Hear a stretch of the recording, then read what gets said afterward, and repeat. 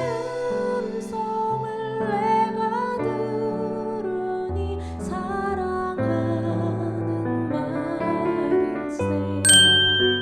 내가 자유인이 아니냐 사도가 아니냐 예수 우리 주를 보지 못하였느냐 주 안에서 행한 나의 일이 너희가 아니냐 다른 사람들에게는 내가 사도가 아닐지라도 너희에게는 사도이니 나의 사도됨을 주 안에서 인친 것이 너희라. 나를 비판하는 자들에게 변명할 것이 이것이니 우리가 먹고 마실 권리가 없겠느냐. 우리가 다른 사도들과 주의 형제들과 게바와 같이 믿음에 자매된 아내를 데리고 다닐 권리가 없겠느냐. 어찌 나와 바나바만 일하지 아니할 권리가 없겠느냐. 누가 자기 비용으로 군복무를 하겠느냐. 누가 포도를 심고 그 열매를 먹지 않겠느냐. 누가 양떼를 기르고 그 양떼의 젖을 먹지 않겠느냐. 내가 사람의 예대로 이것을 말하느냐. 율법도 이것을 말하지 아니하느냐. 모세의 율법에 곡식을 밟았다는 소에게 망을 씌우지 말라 기록하였으니 하나님께서 어찌 소들을 위하여 염려하심이냐.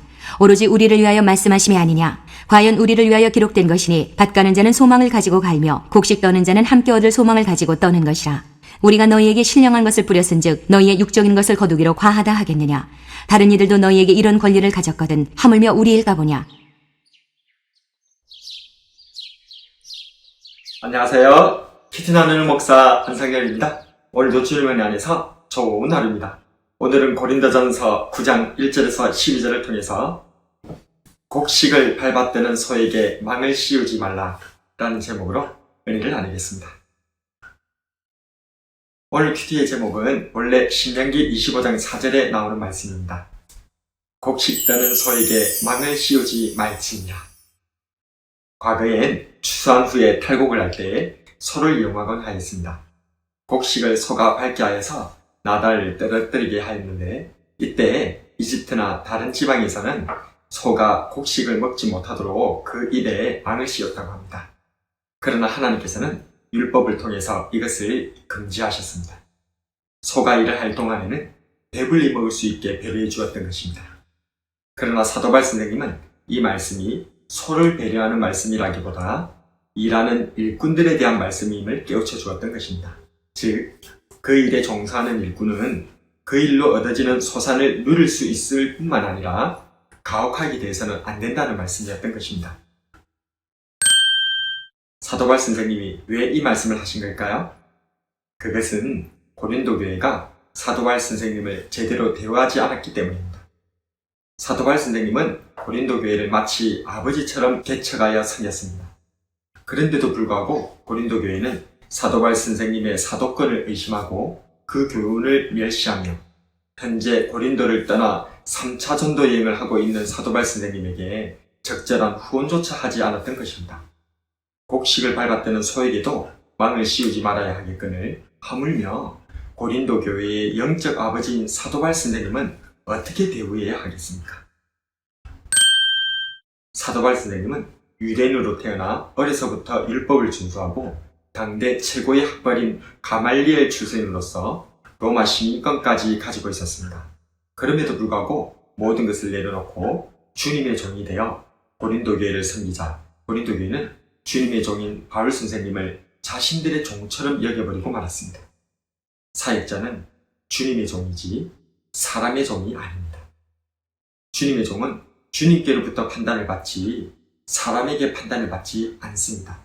로마서 14장 4절에 남의 하인을 비판하는 너는 누구냐?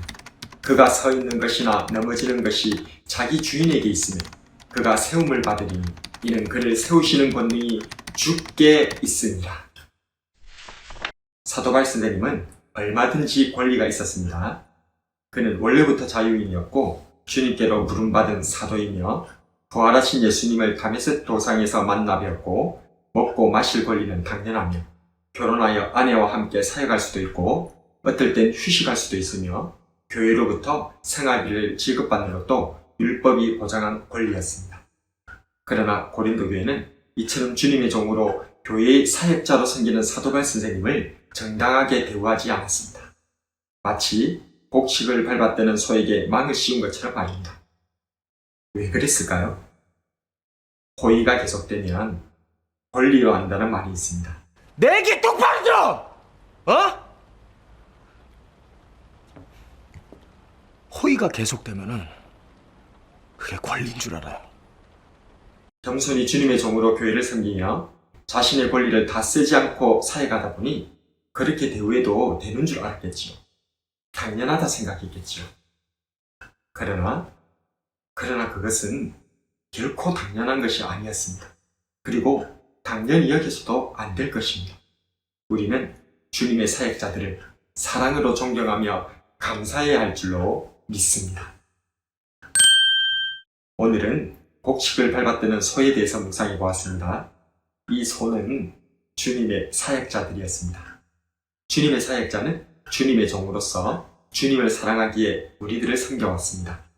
그런데 주님의 종을 우리는 혹시 우리들의 종처럼 여기지는 않았는지 돌아보게 됩니다. 호의가 계속되면 권리라는 것처럼 사역자분들의 섬김을 당연한 것으로 받지 말고 존경과 감사와 사랑으로 보답할 줄 아는 저와 여러분이 되길 주님의 이름으로 축복합니다.